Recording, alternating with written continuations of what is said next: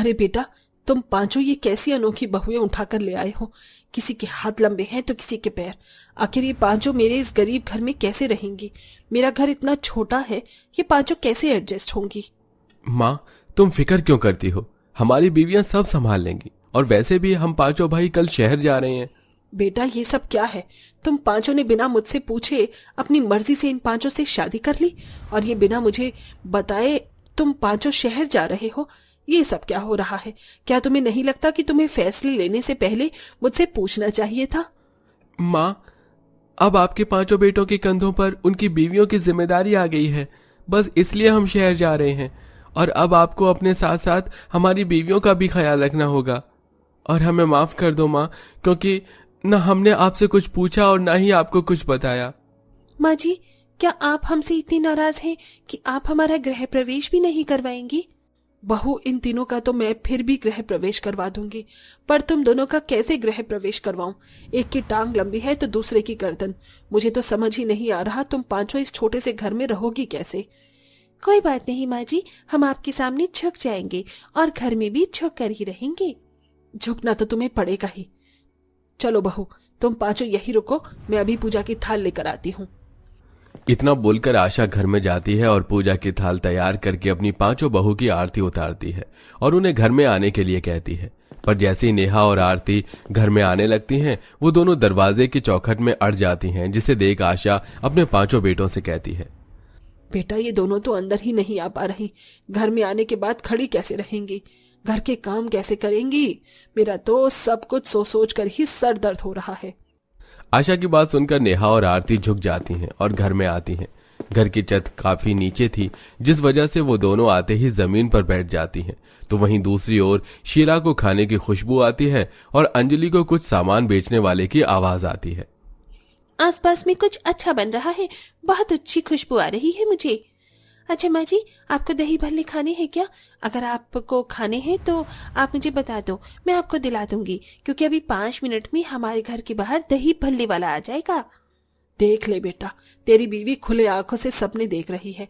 एक को खाने की खुशबू आ रही है तो एक को चूड़ी वाले की आवाज सुनाई दे रही है। आशा जैसे ये बात बोलती है कि सच में वहां पर दही भल्ले बेचने वाला आ जाता है, जिसे देख आशा अपनी पांचों बहू को बड़ी हैरानी के साथ देखती है। माँ जी, आप हम पांचों को ऐसे क्यों देख रही हैं? हमने कुछ गलती करी है क्या? बहू, मुझे लगा सिर्फ तुम पांचों दिखने में अजीब हो, पर मैं ये नहीं जानती थी कि शीला बहू और अंजलि बहू के नाक कान ना सिर्फ लंबे हैं बल्कि बहुत तेज भी हैं। माँ, अब आपको समझ में आया हमने इन पांचों से क्यों शादी करी। आप इन पांचों की जिस कमियों को देखकर मुंह बना रही थी, हमने उन कमियों में इनका वो टैलेंट देखा है जो शायद किसी ने नहीं देखा। अगर देख लिया होता तो आज ये पांचों हम भाइयों की बीवियां न होती। रवि की बात सुनकर आशा कुछ नहीं बोलती और मुंह बनाकर घर से बाहर चली जाती है और घूमते घूमते आम के बगीचे में चली जाती है। आम के पेड़ से कुछ कच्चे आम तोड़ने लगती है, पर हाइट कम होने की वजह से वो आम तोड़ नहीं पाती। गांव के शैतान बच्चों ने नीचे के सारे कच्चे आम तोड़ लिए। अब इतने ऊपर के आम कैसे तोड़ूं मैं? दीदी, हमें भी आम के बागीचों में जाना चाहिए। माँ जी खेत में है, उन्हें आम तोड़ने में दिक्कत हो रही है। फिर तो माँ जी को मेरी जरूरत है, मुझे जल्दी जाना होगा। हाँ सरोज, जल्दी जाओ। इतना बोलकर सरोज अपनी सास के पास जा पहुंचती है और अपने लंबे हाथों से सारे कच्चे आम तोड़ लेती है। जिसके बाद अंजलि आशा के साथ घर आती है और आम काट कर उसे सूखने के लिए रख देती है।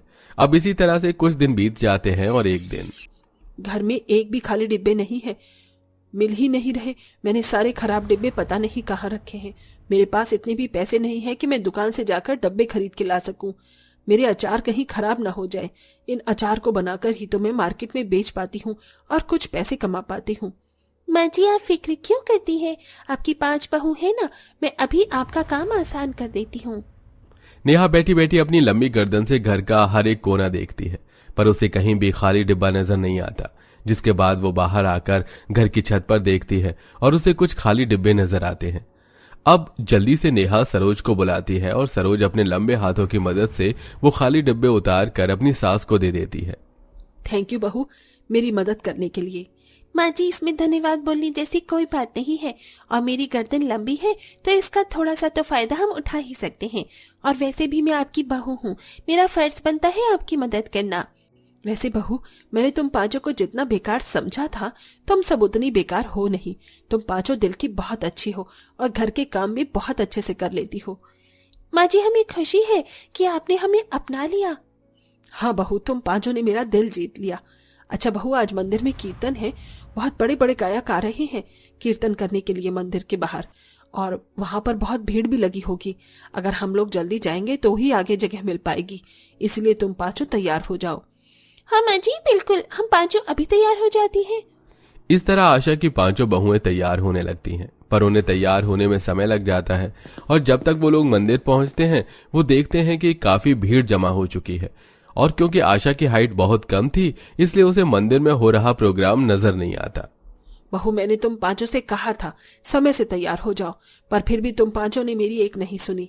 देखो मंदिर के बाहर कितनी भीड़ लगी हुई है, और पीछे खड़े होने की वजह से अब मुझे कुछ नजर ही नहीं आ रहा। पर माँ जी, मुझे सब नजर आ रहा है। बहू, तुझे तो सब नजर आएगा ही। तूने अपने पैर देखे हैं? हाँ माँ जी, मुझे मालूम है कि मेरे पैर बहुत लंबे हैं, पर आप फिक्र मत करो, मैं आपको ऊपर उठा लेती हूँ, फिर आपको भी सब नजर आएगा। क्या बहू, तू मुझे ऊपर उठाएगी? अरे लोगों ने देखा तो क्या सोचेंगे? माँ जी, आप इतनी दूर से आई हैं यहाँ का कीर्तन देखने के लिए, इसलिए ये सब मत सोचो। इतना बोलकर आरती अपनी सास को ऊपर उठा लेती है और आशा मंदिर में हो रहे कीर्तन भजन को आराम से देखती है। अब इसी तरह से कुछ महीने बीत जाते हैं और पांचों बहू इसी तरह से घर के सारे काम करती और आरती की मदद करती। ऐसे ही एक रात आशा के पांचों बेटे गांव वापस आ रहे होते हैं, पर घर से कुछ दूरी पर एक ढाबे के बाहर ही कुछ गुंडे उन पांचों को घेर लेते हैं। अरे देख, तेरे पास जो कुछ है चुपचाप से सब निकाल और हमें दे दे, वरना हम तेरा खेल यहीं खत्म कर देंगे। माँ जी, हमारे पांचों पति गांव में आ चुके हैं और वो पांचों मुसीबत में हैं। उन्हें कुछ गुंडों ने घेर लिया है और उनके आसपास से बर्तन की आवाज आ रही है, पर मुझे समझ नहीं आ रहा कि वो पांचों कहाँ हैं।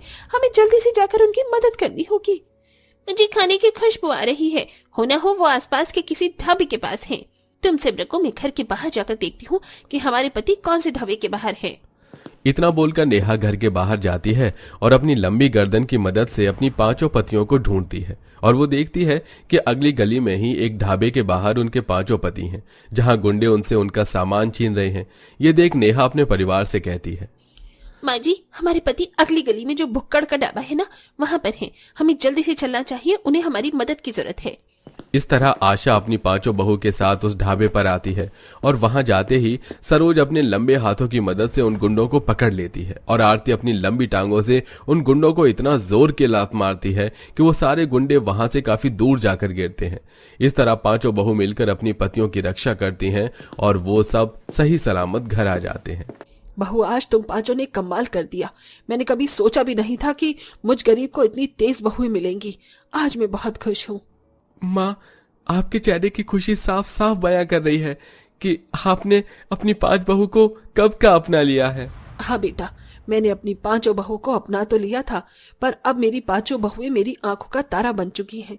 मैं अपनी पांचों बहू को सर आंखों पर रखूंगी। उस दिन के बाद से आशा अपनी पांचों बहू की बहुत इज्जत करती है और उनकी हर बात मानती है। तो वहीं आशा की पांचों बहुएं भी अपनी सास की खूब सेवा करती हैं। दोस्तों, आपको कौन सी वाली अनोखी बहू ज्यादा अच्छी लगी? उस बहू का नाम कमेंट करके जरूर बताइएगा।